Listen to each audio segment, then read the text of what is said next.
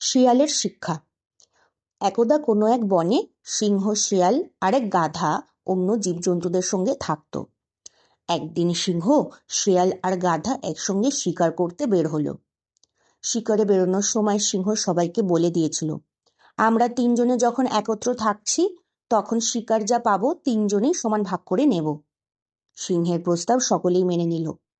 জঙ্গলের ভেতরে কিছুক্ষণ ঘোরাফেরা করার পর শিকার মিলেও গেল, একটা নাদুস নুদুস হরিণ। তিনজনে মিলেই হরিণটাকে মারল।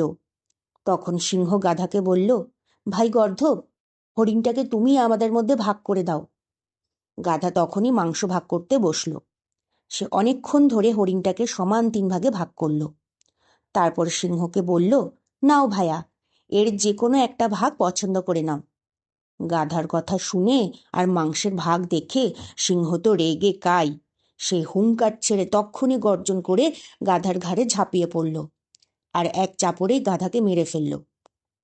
রাগ কিছুটা ঠান্ডা হয়ে এলে সিংহ শিয়ালের দিকে তাকালো, বলল, পণ্ডিত, ভাগটা এবারে তুমি করে ফেলো, তুমি তো আর গাধার মতো বোকা নও।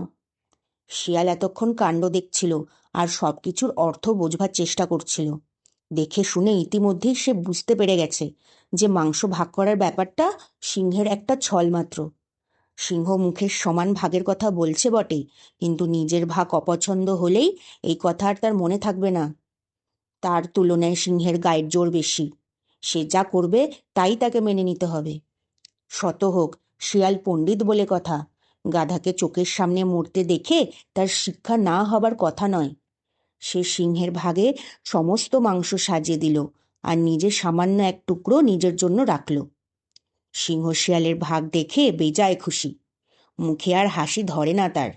সিংহ হাসি মুখে বলল, বন্ধু, সত্যিই তুমি শিয়াল পণ্ডিত।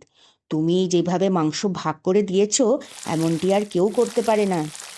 গল্পটির উপদেশ হলো, অবস্থা বুঝে ব্যবস্থা করতে হয়।